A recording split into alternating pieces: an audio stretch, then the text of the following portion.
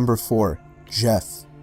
In September 1931, the Irving family claimed to hear persistent scratching and rustling noises behind their farmhouse's wooden wall panels. At first, they thought it was a rat, but then the unseen creature began making different sounds, sometimes spitting like a ferret, or growling like a dog, or gurgling like a baby.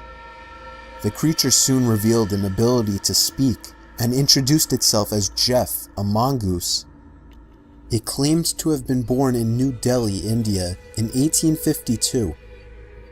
According to Vori, the daughter, who was the only person to see him properly, Jeff was the size of a small rat with yellowish fur and a large bushy tail. Jeff variously claimed to be an extra clever mongoose, an earthbound spirit, and a ghost in the form of a weasel. He once said, "I am a freak. I have hands and I have feet, and if you saw me, you would faint. You'd be petrified, mummified, turned into stone or a pillar of salt." Vori Irving, who took Jeff under her wing, died in 2005. In an interview published late in life, she claimed that Jeff was not her creation. Number 3. James Warson. On September 3, 1873, a man named James Warson had accepted a challenge to race in record time from the town of Leamington to the town of Coventry, a 20-mile trek. He had been boasting of his foot skills and then was asked to prove them, so, with sporting good spirits, he set about to do just that. Two friends, Hammerson Burns and Barham Wise, followed behind in a horse-drawn carriage. Burns brought along his camera. Warson was never out of their sight, and would often turn around while running to exchange some friendly words with the two riders. Running in the middle of the road, Warson suddenly appeared to stumble and pitch forward, having time enough for only one short, piercing scream. Wise later said it was the most ghastly sound either of us have ever heard. But as Warson pitched forward with that terrible cry, instead of falling to the ground as he appeared to be about to have done, he completely and totally vanished in mid-fall before ever striking the ground. The road itself told the story, and Wise took the pictures to prove it. There, in the soft dirt, were Warson's footprints. They led down the middle of the road, looked as if the runner stumbled, and there they disappeared. A search was called and the locals scoured the area for James. The bloodhounds used in the search were strangely reluctant to approach the spot where Warson disappeared.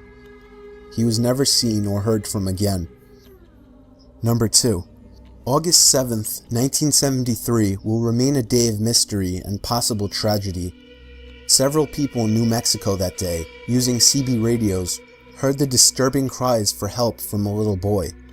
He said his name was Larry, and that he was trapped in a red and white pickup truck. He was with his father, who he thinks had a heart attack and was dead. He said that they had been on a rabbit hunting trip when his father collapsed on the steering wheel. Larry claimed that the truck had flipped over into a ravine and both doors were jammed shut and he was unable to escape. The boy's signal faded in and out over the next few days, and was also heard in California, Wyoming, and Arizona. In a panic, Larry began to flip between channels crying for help. Police began a search and rescue team. One helicopter pilot who was searching the Manzano Mountains in New Mexico for Larry says that he made contact with a little boy calling for help, but he called himself David, not Larry. A family traveling from Missouri was reported missing on August 11th, and they had a son named Larry, but they were eventually found. On August 12th, an Army sergeant claimed to have spoken to the boy for 3 hours, but could not get him to give more information about himself, like his phone number or address, etc. No more contact could be made with Larry. It is presumed his battery died. The search was called off on August 13th. The police stated that there was no concrete evidence. They also say that the boy, if real, may have died sooner than the transmission stopped, and that the subsequent transmissions from different states, some were even heard in Canada, were hoaxes. Many believe it was a hoax, but those who spoke to Larry swear to this day that it wasn't, that the emotion and the crying they heard from little Larry was no doubt the real thing. Number 1. On November 29, 1970, a professor and his daughters were hiking in the Isdalen Valley in Norway when they came across the partially charred remains of a young woman. She was surrounded by a large quantity of sleeping pills and bottles of gasoline. All the clothing she was wearing had the tags removed, and her fingerprints had been sanded off.